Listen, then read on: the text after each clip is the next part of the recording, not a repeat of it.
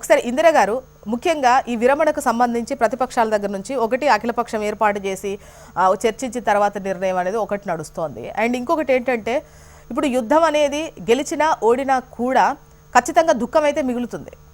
గెలుపోటములు మాత్రమే ఇక్కడ నిర్ణయించబడతాయి తప్ప నష్టం అయితే కన్ఫర్మ్. సో ఆ నష్టం ఎందుకు పోవాలి? ఇప్పటి వరకు వృద్ధి చెందుతున్నటువంటి క్రమంలో మనం ఉన్నాము.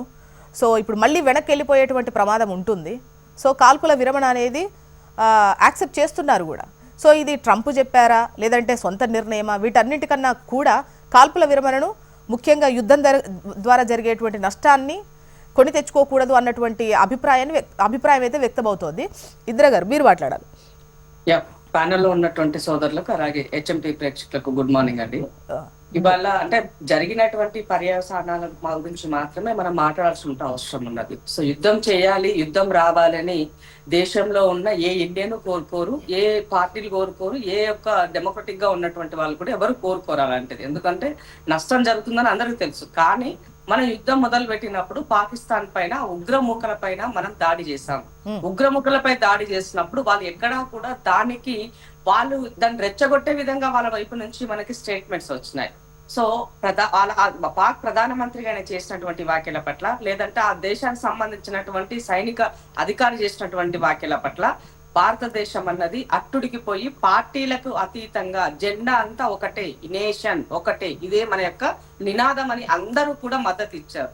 సో అప్పుడు మన యొక్క సైనికులకి ఆ ఉత్సాహంతో మనం అంటే ఏంది, దేశాన్ని ముట్టుకుంటే ఏం జరుగుతుంది అన్నదానికి ఒక మెసేజ్ మనం ఇచ్చినాం. కానీ ఇక్కడ జరిగిందల్లా ఎక్కడ అంటే ట్రంప్ ఎప్పుడైతే ఆయన ఇన్వాల్వ్మెంట్ జరిగిందో, ట్రంప్ చేసినటువంటిది మనకన్నా ముందుగానే ఆయన ట్వీట్ చేశాడు. ఆయన ట్విట్టర్ లో నేను వెయిట్ చేసి చూస్తున్నాను. నిజంగా చూడాలంటే చాలా ఈగర్లు వెయిట్ చేస్తాం. 3 రోజులు కూడా ఎక్కడా కూడా 3:30, 4 గంటల దాకా కూడా టీవీల ముందు అతుక్కుపోయినా ఏం జరుగుతుందో అని ఆ దాంట్లో.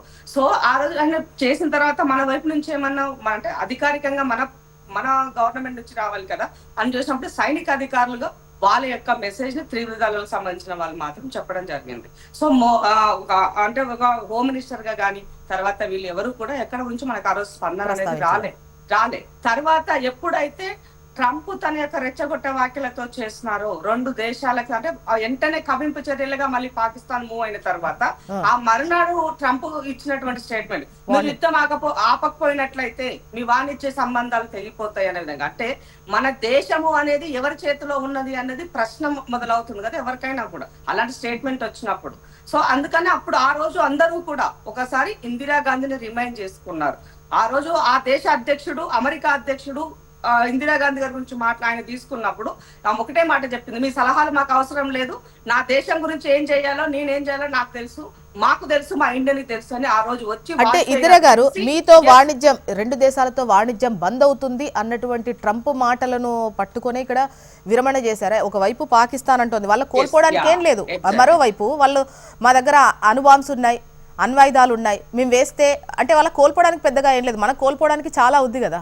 అయితే జోష్న ఒక మాట ఇక్కడ, ఎందుకంటే ప్రజలు కూడా మనము రాంగ్ మెసేజ్ ఇవ్వకూడదు కాబట్టి ఇక్కడ ఏమైతుందని అంటే ఆ రోజు ప్రధాన ప్రతిపక్ష నాయకుడు ఉన్నటువంటి వాజ్పేయి గారిని ఈ దేశ ప్రతినిధిగా ఐక్యరాజ్య సమితికి పంపించి ఆ రోజు ఇచ్చినటువంటి బాణిని గుర్తు చేస్తూ, అట్లాగే ఈ రోజు వచ్చినటువంటి సమస్య పట్ల కూడా కాంగ్రెస్ లో ఉన్నటువంటి ప్రతిపక్ష నాయకుడుగా రాహుల్ గాంధీ గారు కూడా, పార్టీ ప్రెసిడెంట్ ఖర్గే గారు కూడా ఒకటే చెప్తున్నారు సింపుల్ గా, అసలు మనం ఎందుకు మొదలు పెట్టినాము, ఉగ్రవాదం పైన మొదలు పెట్టినాము, ఎందుకు విరమించినాము, ఆ విరమించిన దాంట్లో అక్కడ వచ్చినటువంటి ఉగ్రవాదం సంబంధించినటువంటి వాళ్ళు ఎవరైతే 2 పేర్లు చెప్పున్నామో వాళ్ళని మాకు చెప్పాలని మనం అడిగినాం, పిఓకే మనకి ఇవ్వాలని చెప్పినాం.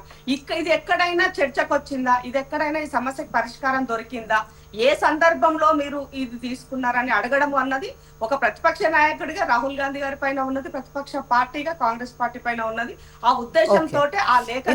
ఇందిరా గారు ఒక్కసారి సారీ, కాలర్ ఉన్నారు, చాలా సమయం నుంచి వెయిట్ చేస్తున్నారు, మళ్ళీ మీదే కన్క్లూడింగ్ తీసుకుంటా ప్లీజ్.